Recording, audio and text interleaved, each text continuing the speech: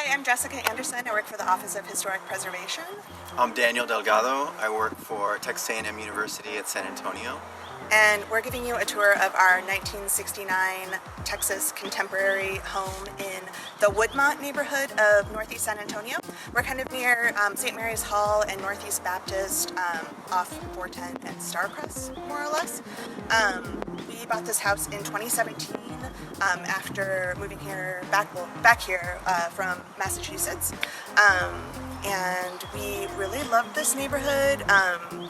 The block has like a nice mix of owner-occupied single-family rentals. We have a bunch of townhomes up the street, and then there's also a lot of like higher density apartment complexes on our block and then on adjacent streets as well. So that was something that was really attractive to us about this neighborhood, just like really mixed income, mixed density, also really beautiful oak trees. One of the things that attracted us to this house. Do you want to follow us? So one of the things that really attracted me to this neighborhood was that sort of mix of incomes, and you get a variety of types of housing that was really attractive to me. To see a community where you had people of varying incomes living all in one small sort of, 10-block radius. So I'm also a really big gardener and plant nerd, and so one of the main things that attracted me to this place was the landscaping. The woman who lived here before us, so we're the first non-family members to live in this house. This was built in 1969, I think I already said. Designed and built by Cliff Morton, who was a pretty prominent developer here in San Antonio. I think responsible for a lot of sort of the sprawl outside 410. We're just a couple blocks north of 410. But he designed this house for his mother, Ruby, and she lived here until she passed away, and then her daughter, Cliff's sister, Mary Etheridge, moved in, and she lived here until she passed away in 2017. And we purchased the house in 2017. It has all of these heritage cast iron plants that used to look a lot better before the storm, and then also these beautiful oak trees. It's like the middle of the oak apocalypse right now, so there's pollen everywhere. This is why everybody feels like trash this week, and lots of leaves. It's like Texas fall part 2, but gorgeous tree coverage, helps with the like air conditioning bills in the summer. Yeah, we used to have a really big beautiful philodendron that got taken out by the storm, but it's slowly making a comeback, which is really exciting. This feels like a good opportunity to plug part of the reason why we're all here today, which is if you made a donation to Power of Preservation as part of your registration for this tour, that money is going towards the Winter Storm Uri Community Relief Fund, and it's to help offset some of the costs incurred by residents in San Antonio. Older building stock was hit the hardest in the winter storms 2 months ago now, and people are able to apply for micro grants, $100 micro grants to offset some of the costs of repairs, materials that they needed for all of these plumbing issues that people suffered as part of the winter storm. So yeah, thank you everybody who donated as part of their registration. One of the things that I really liked about this house was I liked the flat roof. I liked the roof line sort of intersected. I grew up in the suburbs of San Antonio on the northeast side. I was actually born just over here at this hospital, and then my parents moved all the way out to Schertz after about 5 years of living just off O'Connor Road. And you know, out in those suburbs you see pretty standard home styles. I don't know that much about architecture or the styles that we are sort of how to describe those styles, but I would say that they're pretty much the same, and I felt like this house had something unique in that flat roof and the intersecting with the other roofs. So it was something that I really liked to see in San Antonio, and that I thought was pretty, in my experience, was sort of unique in the home housing stock that's available.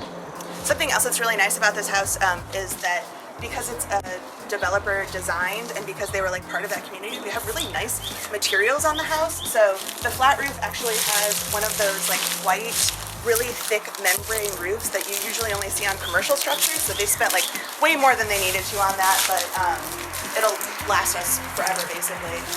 All of the materials on the outside, it's fir and cedar, board and batten. We just recently had a lot of it replaced, and the whole front yard smelled amazing while they were cutting the lumber for it. Also this sort of like Texas limestone that you see in a lot of the later mid-century architecture. Something else I really loved about this house is that it has this front patio. I'll take you guys there now.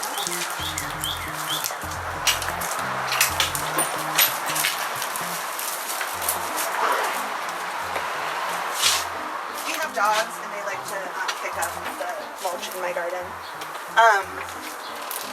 So this is our front garden and it's really awesome. We have these big plate glass sliding doors in our living room here, and we don't have to put any curtains on them because we have this screen fence around the front. So it has this sort of like public-private vibe with it. So we don't have to worry about covering these windows. Even though during the winter storm we realized how much heat we lose there, which maybe is a reason to get some curtains, but right now we're fine with as is. This is my garden, most of my garden.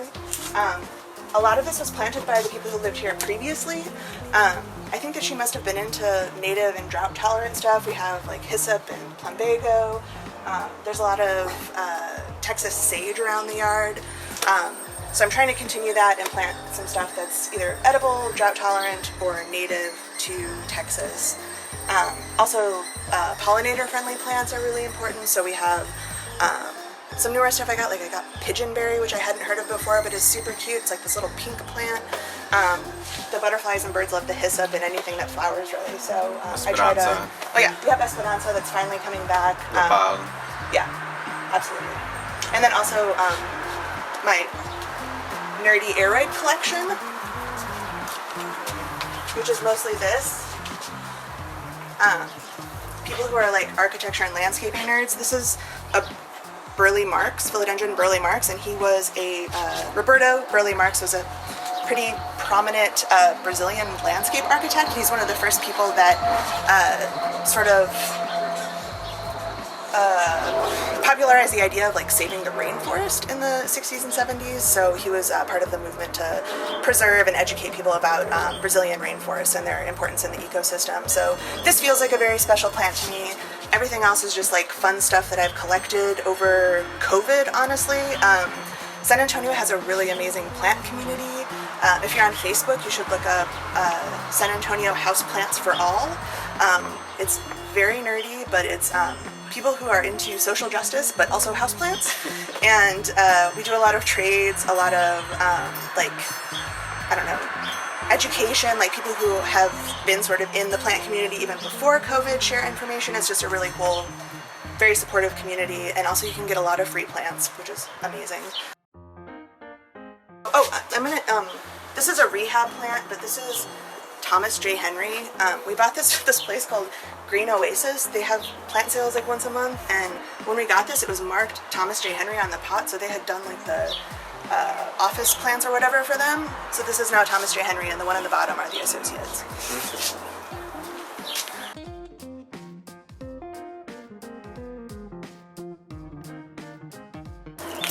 Here's my also nerdy cactus collection.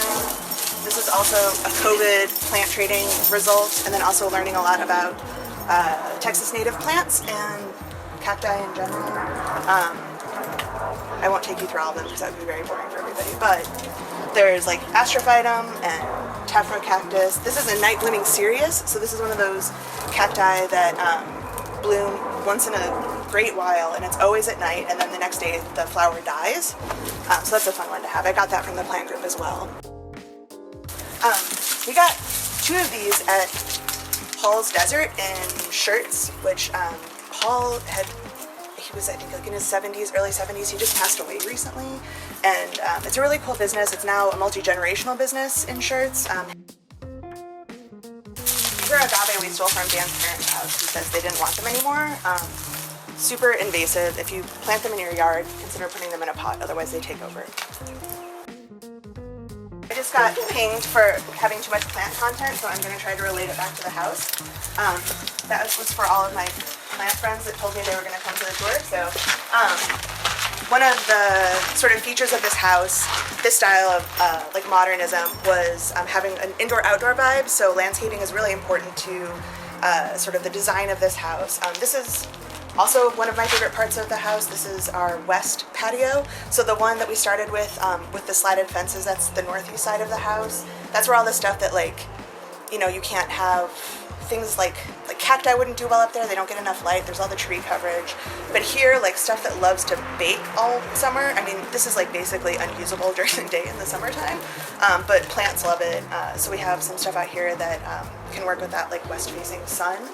We also had to get these reed curtains because it was just like unbearable in, especially this room right here, which is our dining room / kitchen. In the summer, it's just so hot and miserable if you're anywhere near the windows. So we had to get these kind of like heavy-duty reed screens to block out some of that sun and heat. One of the things I will say is when we bought the house, this whole patio space was flagstone and I guess cement or some sort of mortar, and it was breaking apart. I don't know if that was from just water drainage being poor or what, but we ended up actually tearing it up ourselves. And luckily there was already a very sort of firm sort of rock pad there, so what we were able to easily do was throw some crushed granite down, and we ended up renting a giant, I guess it was a tamper, I don't know what it's called, some sort of machine from Home Depot, and we tamped it all down and ended up with a nice granite gravel patio. It wasn't something that was original to the house, but I felt like even though it sort of made it a little bit more contemporary, it was something that fit well with the sort of overall design aesthetic of the house. Yeah. So the stone that we have on the house, it wraps around like sort of different parts of the house, so it changes between the cedar and fir, board and batten. All of these are, the fascia is all cedar as well. We replaced some of this recently too. There was a lot of water damage on our house, partly from like in the front from having stuff growing right up against the side of your house. If you have wood siding, please don't plant things right up against the wood siding. It just makes it a mess for future residents. So this board and batten was replaced. The stone also continues down along this side of the house. So this is our bedroom right here. And then we also, around the house, something that really was exciting to me as someone who studied in Texas, studied modernism in Texas, and also was pretty obsessed with hemisphere. We have these Beaumont nude sconces all over the house. This one I actually got from Period Modern because there was one missing here, but we have them on every patio in the house. I should have pointed out the one in back. There's a sort of more plain one on our back patio off of our mudroom, but a lot of them are these sort of like stereotypical mood lights. They're like the ceramic lights with the punch and the brightly colored glaze on them. I'll show you the big pendant one in our hallway, but that was very exciting to me. So this house was just a year after Hemisphere. I mean, you see Beaumont and Martha Mood stuff all over San Antonio, especially in modern houses. People who are familiar with O'Neill Ford, for example, Norcell Haywood has mood lighting in his spaces as well. So it's exciting to have that little piece of San Antonio modernism in this house as well. So back to that like indoor-outdoor space stuff with modernism. Our dining room and our bedroom both open into outdoor spaces, and our living room does as well. So this is our dining room. Shannon asked me to talk a little bit about sourcing furniture for your house. So Dan and I, even in our old house, which I said was like a 1900s Cape Cod, we had like a lot of sort of modern furniture. Some of it we moved with us from Austin up to Massachusetts. These chairs are knockoff Hans Wegner presidential debate chairs. They were made famous by the Kennedy debates, but these are not those chairs. They're just convincing fakes. We actually went to Antiques Roadshow with these, which was really fun. We did not make it on the episode, but we got to go to the McNay and like see all of the nerdy Antiques Roadshow. Like, this is peak White Lady, but I was still really excited about it. So these came from a previous employer who knew I was into modern furniture, and they just let me take 4 of these. The table was a gift from my mom from Uptown Modern in Austin. Should you open it? Yeah, it has a hidden leaf in it, which is really nice, especially when we were in Massachusetts, like older houses, I mean, people here in San Antonio know that like you have no closet space in older houses here, and so having a leaf to store the pain, but this one has it built into the middle. It was sold to us as a G-plan table. I think it probably is not. It's like, again, a convincing knockoff, but really nice for things like family dinners and stuff like that. We also, when we first moved to San Antonio, heard about Voight Auction.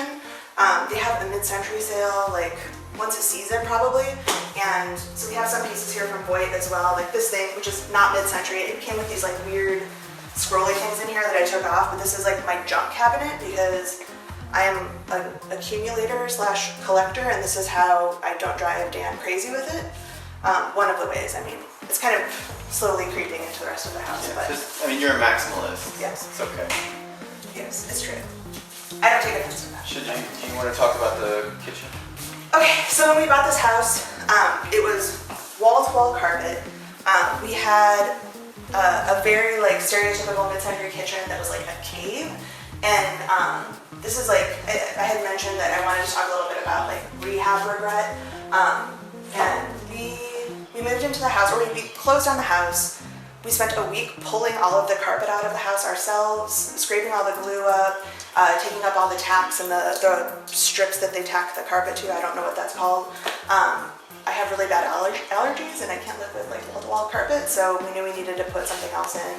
But the kitchen had like the stacked stove, it had an electric countertop burner, or a stove rather, and then it was like closed off to here. There was still a breakfast bar here, but this was all closed back, and it had a drop ceiling with like a recessed lighting in the top, just like super stereotypically 1960s, 1970s, and we tore it out. And I think about it all the time because I like, before I moved to San Antonio and before I started working with OHP, things like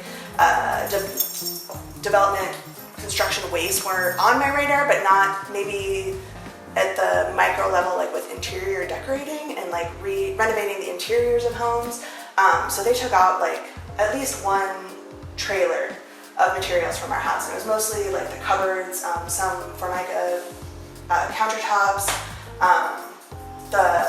It was all like Gen era appliances, which in retrospect I wish I had held on to. But we just, like, it was an old kitchen, we couldn't work with it, we cook a lot, so we tore it out, did this, I regret it. There are things that I wish I had like lived with for a little bit before deciding to tear them out and been more thoughtful about what happened to those materials. But it was a really good learning experience. We had a really horrible contractor who, like there were permitting issues, there were issues with like communicating what we wanted from him, and it was a moment where we realized how important it is to also engage with like a project manager, and then also like if you can afford it, an architect who might have helped us think through these things before we just like started tearing things out. I will say that I do like the kitchen. So I do most of the cooking, and I want new stuff. I want like a functioning kitchen. I'm not gonna like hang out with a broken stove. Yeah. I'll just be honest. Yes, it's true. I mean, I love our kitchen too, but I have preservationist regret related to it. So this is a huge moved pendant. This is our foyer, so the front doors that lead to the front yard, obviously. And we also recently painted this pink. This was just supposed to turn out like an orange color, but Terracotta. yeah, I started painting and it clearly wasn't. And I love it. yeah, he likes it a lot. I tolerate it. I'll repaint it someday, but I painted all the way up into the top, and that was such a pain.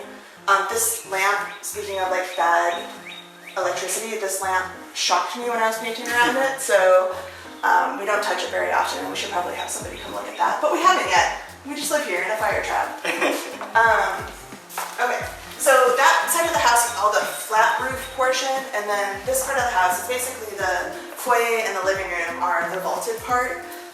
These are solid wood, and someday I will either do it myself or hire somebody to come strip these, because I'm pretty sure they're either cedar or maybe, I'm sure that is cedar. I think they're cedar. Yeah. but they were already painted when we moved in, and it takes a lot of work to strip paint off of wood. So we'll either do it someday or have them boxed with cedar, unsure now. Something else that's really awesome, we have this beautiful fireplace that we actually use quite a bit in the winter. Really easy to use. I don't know, I love having a fireplace. I had a fireplace as a child, and so it's very, I don't know, comforting, homey. I really like it. It has the seating area here too, the seating in front. So in addition to having the seating of the couch and the chairs and other normal living room seating, it has the seating on the edge of the fireplace that can be sort of, you don't have to, oh, well, let me pull up a chair, or let me pull, you can just sort of put something down to cushion it, or they can just sit on it if they're, it doesn't hurt their butt. And this is also more of like the indoor-outdoor stove too. So this is the same materials that are on the outside of the house. This brick is actually by the front doors, in front of the front doors, like on the landing, and then also out the back door as well. It's just the previous owners painted it. So that's another thing we're gonna do eventually is strip the bricks out front and back so that we can expose this like really beautiful chocolatey, like smooth, like it almost looks glazed, but it's not. It's just whatever material it is, and it's beautiful. And I don't know why they would have painted over it, but someday we'll fix that out front. Well, and one of the things that Jessica had mentioned was that we tore all the carpet out. It's concrete slab, so we put down the wood floors. Yeah. They weren't original to the home, but we were able to find the narrow plank wood floors. I don't know what width those are, 2.5, 2.25 inch. Yeah, so that was something that was important to us, although I think that if we could do it again, we might probably do something like saltillo tile to make it line up a little bit more with the sort of Texas modern sort of styles. This is like our media nook. We put these shelves up. They weren't here when we moved in. Super easy project. Like everything's from Lowe's. They're just like a closet system and then planks of framing pine, I think they are. Yes. And then lots of furniture from estate sales. The plant shelves are from a store in Austin. I wish I could remember what. Yeah. We also started collecting art a few years back. That was something that I wanted to do when I was younger, like when I had expendable income, that I wanted to buy prints and things from artists as a way to support them. San Antonio artists in particular, Cruz Ortiz, Ed Saavedra, are on this wall over here. Above the record player. Above the record player. Some Massachusetts local artists as well. Yeah, Pat Falco is the photograph. This is Jeff Hardigan, he does Cash for Your Warhol. This is a recent acquisition from Matt Corvette from the band Piss Jeans. He was doing a Black Lives Matter fundraiser, and he would write a song about any topic you chose if you sent him proof that you donated to some BLM related organization. So that was one of Dan's Christmas presents this year. This is also like a very 60s, 70s thing where it's like a motel bathroom almost. So we have shared sinks. There's supposed to be a door between the bathroom and shower and the sinks, but again, like elderly women lived here, and so we think they took it out to make it more accessible. And we also have, just because I mentioned the thing, our house came with these like cantilevered wall-mounted American Standard toilets.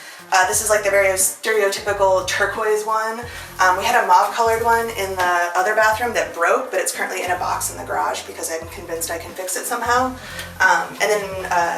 But this was all rehab also, or renovated rather.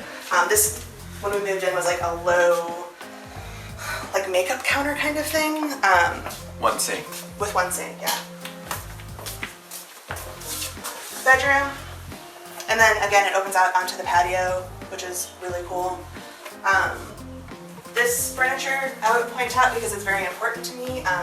This is something that's divided between the two bedrooms. So this set of furniture was gifted to my grandparents in the 40s. They got married, I think, at 42, maybe 45.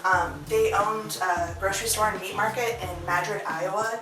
And so all of the business owners knew each other there, super small town. And the guy who owned the furniture shop in Madrid gifted him a set of this Thomasville furniture. So I have the whole set.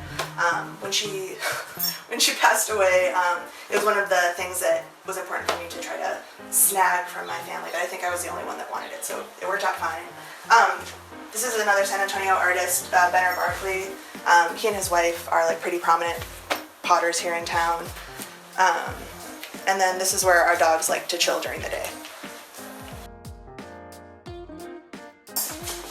Our work from home office, this used to just be like a TV room. This is a 3-bedroom, 2-bath house, and we're only one couple, so we kind of have an excess of space.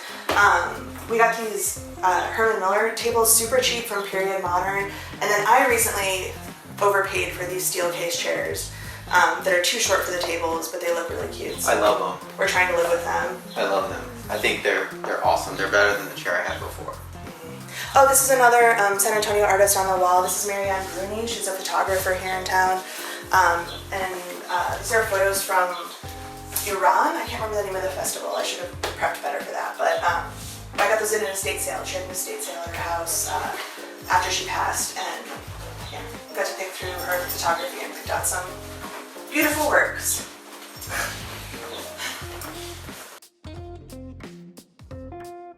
This is the guest room. A remote desk for when Dan and I have battling office calls, and then the rest of my grandmother's furniture. So this tall chest of drawers, nightstand, it has a headboard as well, but the headboard's only full. So we have a queen size in here for when family comes to visit. And then the chair was from that set as well. So vintage, Nordic track. Nordic track. Or whatever it is. Thanks to Corey Edwards, DHPO Edwards. Sold that to us just for next to nothing. So we collect classic exercise furniture. yeah, it's great. I want to shout out my friend Bjorn made as part of one of his projects. I used to work for a public art program in Cambridge, Massachusetts, and he gifted these to me, and I love them. They've moved with us from Massachusetts to here. So Bjorn's Farman. yes, Bjorn's Farman.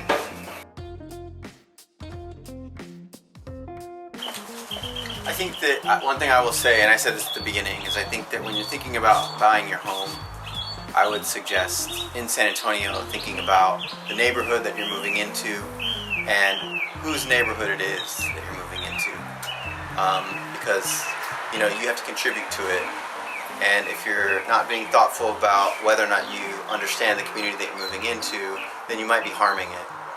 So just be sort of thoughtful about those things, and just like we tried to be really thoughtful about what neighborhood we were moving into, what community we were going to be contributing to, and ultimately how we would impact that community.